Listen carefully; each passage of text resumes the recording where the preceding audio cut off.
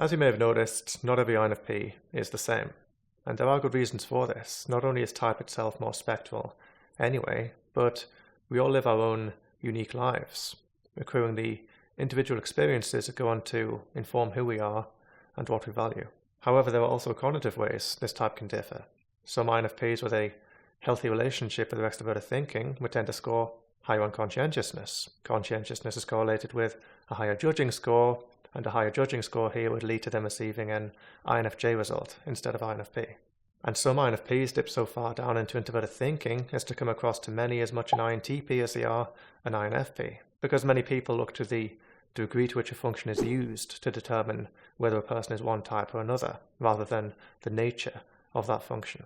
This video is going to break down for you 4 variations of this cognitive type, as well as present 2 additional variations that operate more from a state of cognitive balance.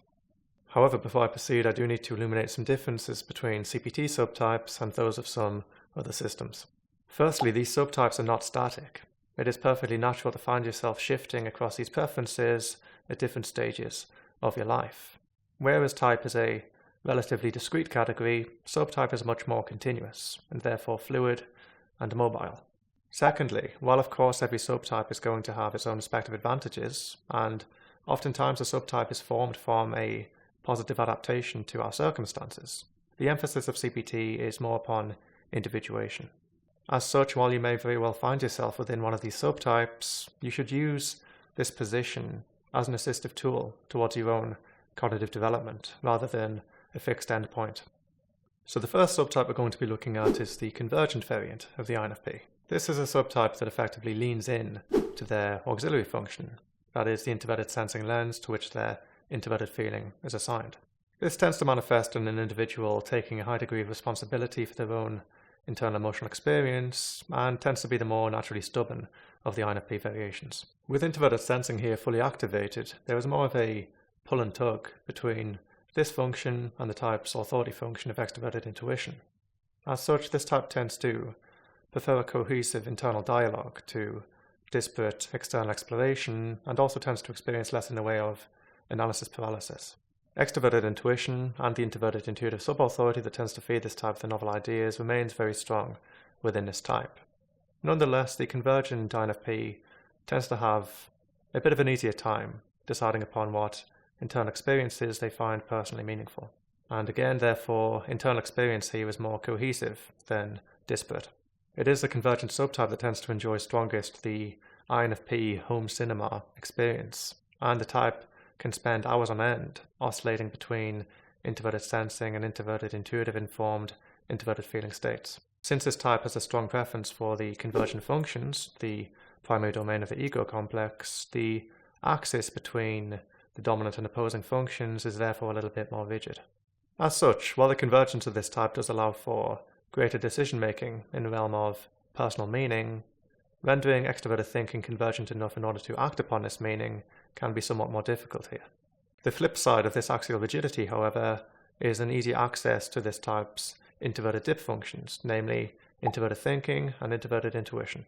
The SI activation of this type allows for a more fluid and dynamic relationship with the type's opposing introverted functions.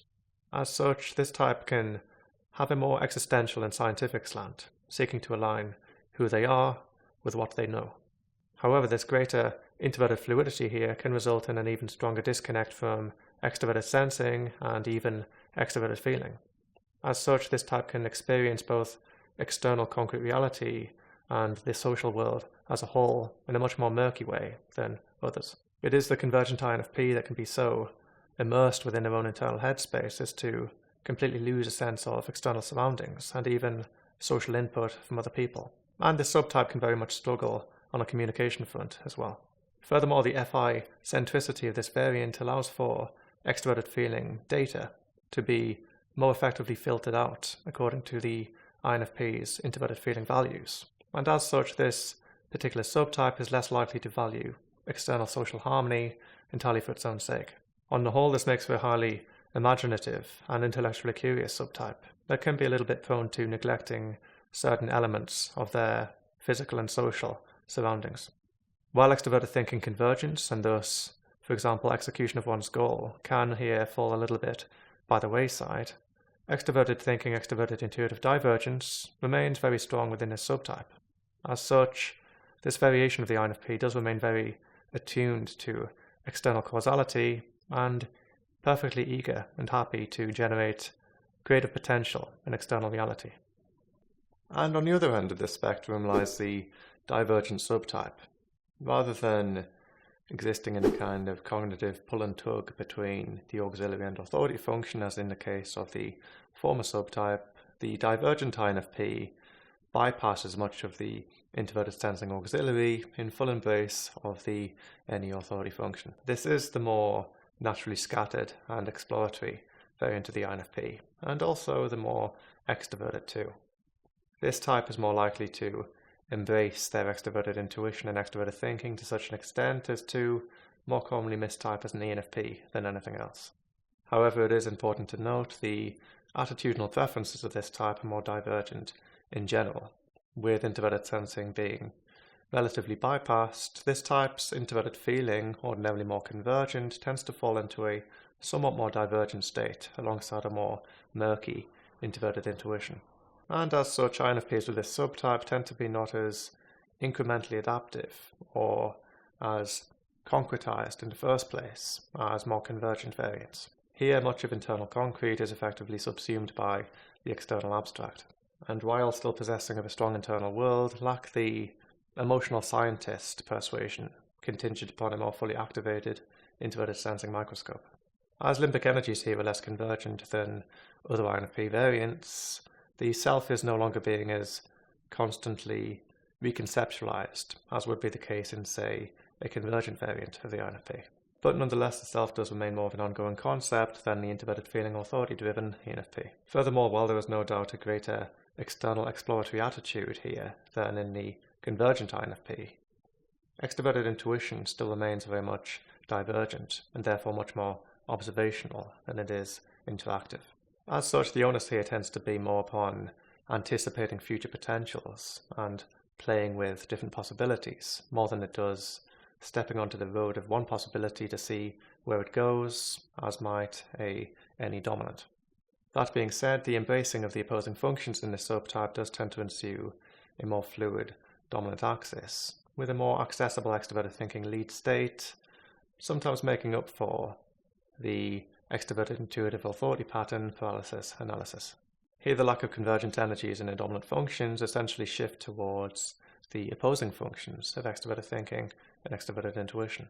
And this actually does allow the INFP a greater amount of extroverted feeling dynamism. You see, INFPs as a whole have two primary positions from which they can access extroverted feeling. One of them is from the introverted feeling perspective, that is, conveying one's emotional state, for example. And the other one is from an extroverted thinking perspective. And as opposed to the convergent subtype, the divergent INFP can find extroverted feeling equally accessible from an introverted feeling perspective and an extroverted thinking one. And as a whole, this does allow for greater ease of expression and rational navigation of social environments.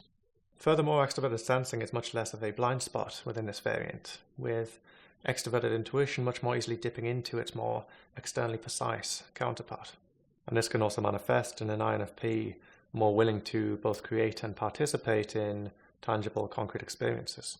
But the caveat to this more externally reconciled subtype lies in the lack of introverted dipping.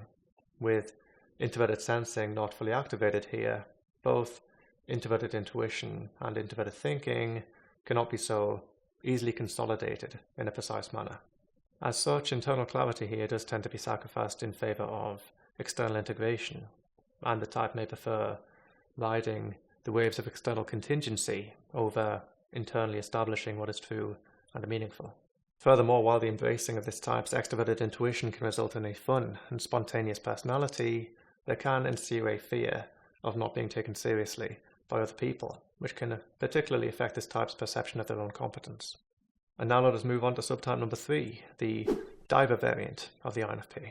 The diver subtype, as the name implies, is an individual who essentially disregards the extroverted functions in favor of all of those introverted.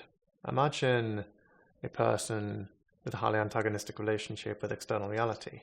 Here, the internal within is greater than the external without. As such, this individual tends to enjoy not only fully activated introverted sensing, but also extensive dipping into both introverted intuition and introverted thinking. Unlike the divergent subtype, these additional introverted functions are far from unconscious, but they do tend to be employed from a more existential introverted feeling center than for entirely their own sake. And this very hyper-introverted preference can manifest in a near blindness to both extroverted sensing and, albeit to a lesser degree, extroverted feeling areas, as well as a much more rigid dominant axis. Imagine a person with a high degree of detachment from the external concrete as well as the external social. While the convergent INFP can certainly suffer partial blindness in these areas, it is much more amplified within this particular variant. Whereas the convergent and divergent INFP subtypes tend to find attitudinal preferences shifting between opposing and dominant functions, the diver INFP finds the attitude to shift between opposing orientations. As such, here the entirety of external reality that can be consciously perceived is much more divergent, and the entirety of introverted reality that can be consciously perceived is much more convergent. However, convergent activity is still strongest within introverted feeling and introverted sensing. As such, the diver INFP manifests most strongly the classic extroverted thinking inferior of MBTI, with the conceptualization of ideas and meaning being amplified at the expense of the ability to take action upon them.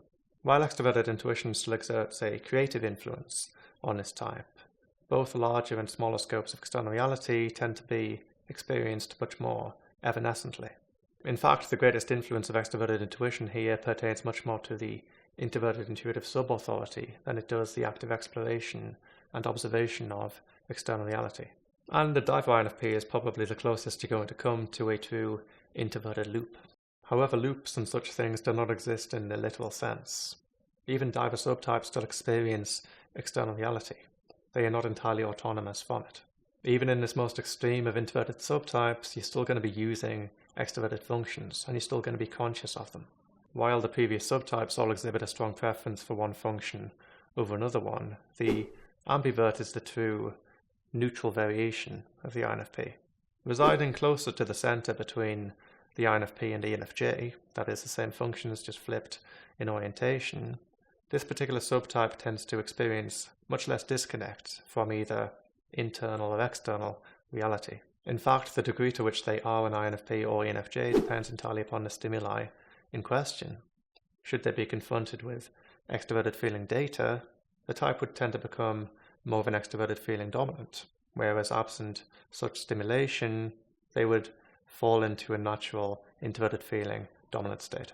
And this applies very much to all of the other functions too. As one orientation flips, so does the opposite.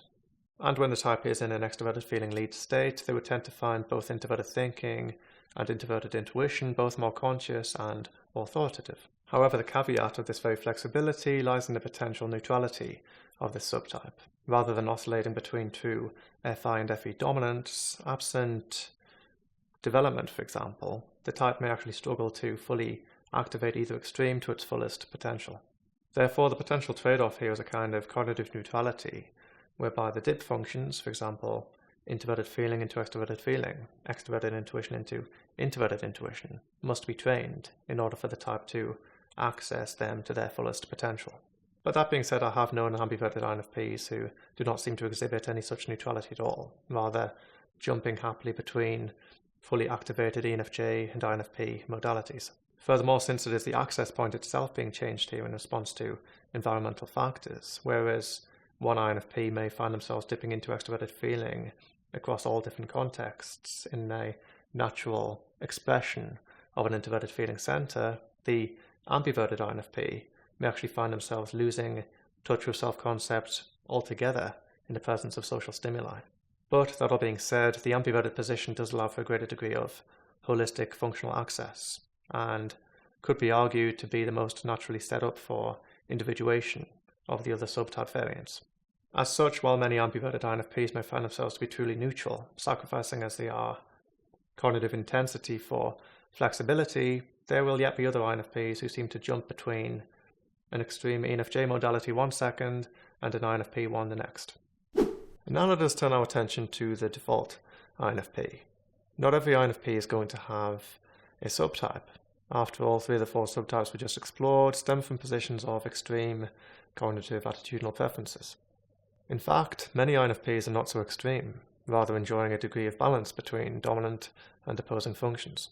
While the SI auxiliary of the default INFP is not so much leaned into as it would be in the case of, say, a convergent subtype, it still remains generally activated, albeit in a manner more naturally oscillating with introverted intuition, particularly in more dormant states. Similarly, the extroverted intuitive authority of this type is neither tyrannical nor subdued. The default INFP remains very receptive to the open-ended nature of reality, while not exactly possessing the addiction to disparate exploration of the more divergent subtype. However, there are also here less preferences for dipping in either extroverted or introverted directions, and as such, absent cognitive development, the gateways of the default INFP tend to be a lot more neutral. As such, the default INFP may not enjoy introverted thinking and introverted intuitive fluidity in the same way as the diverse subtype, nor extroverted feeling, extroverted sensing fluidity in the same manner as the divergent subtype. The dominant axis here will be more fluid than convergent variants, but less fluid than divergent variants. Ultimately, here it is the functions outside of the default cognitive layout that are aversive to this type, rather than functions of either a certain orientation or attitude. Ultimately, subtypes tend to amplify areas of cognition at the expense of another one. While type itself is a set of cognitive restrictions, and as I like to say, the best type, after all, is no type, subtypes take these restrictions to the next extreme. While it can feel reassuring to chart ourselves on a subtype spectrum, ultimately we must use the position that we find ourselves in order to aid us in our journey of individuation. And of course, this is far easier said than done. Sometimes it's extremely difficult for us to objectively perceive the ways in which we are relying on one function over another one, the areas of cognitive resistance within our mind. But this is where such metrics come in very useful, because then we can see the subtype we are inhabiting at any one point and the points of cognitive resistance that subtype implies. While every subtype has its own respective advantages, and it may even be appropriate in certain phases of our lives to lean on one function over another one, generally the more barriers and imbalances that can be overcome, the more effectively we can adapt to the challenges that life presents to us. The individuated INFP can adapt and transform the self 1 minute and see the new values and desires realized in external reality the next. The individuated INFP can employ extroverted intuition in order to generate meaningful concepts, for example, and then dip into the ENFJ-like introverted intuitive target function in order to render that concept both actionable and feasible. Introverted feeling can dip into extroverted feeling in order to authentically express itself and navigate the social landscape. Extroverted sensing can be brought to consciousness, allowing for deep, prolonged states of intense external concentration, maximization of external, tangible, concrete experience. A true feeling of embodiment in reality. Individuation is not about using all functions at exactly the same time. It is simply about unlocking the doorways of your mind and ultimately use our brains to their fullest potential. So that concludes the video. I really hope you enjoyed it, and if you know anyone who you think might benefit from the contents of the video, be sure to share it with them as well. If you yourself are interested in what type you might be, or just like to know about how your type applies specifically to you, I do offer dedicated typing services. And if you're interested in further developing your type, illuminating and overcoming areas of cognitive resistances, I also offer dedicated type coaching as well. And for those of you who would like to support the channel in a theory on that additional level, CPT is also on Patreon. I do a live stream over there every month, and we also have our dedicated cozy little Discord server too. So that is it from me, and I'll be back in a few weeks. For now, take care of yourself.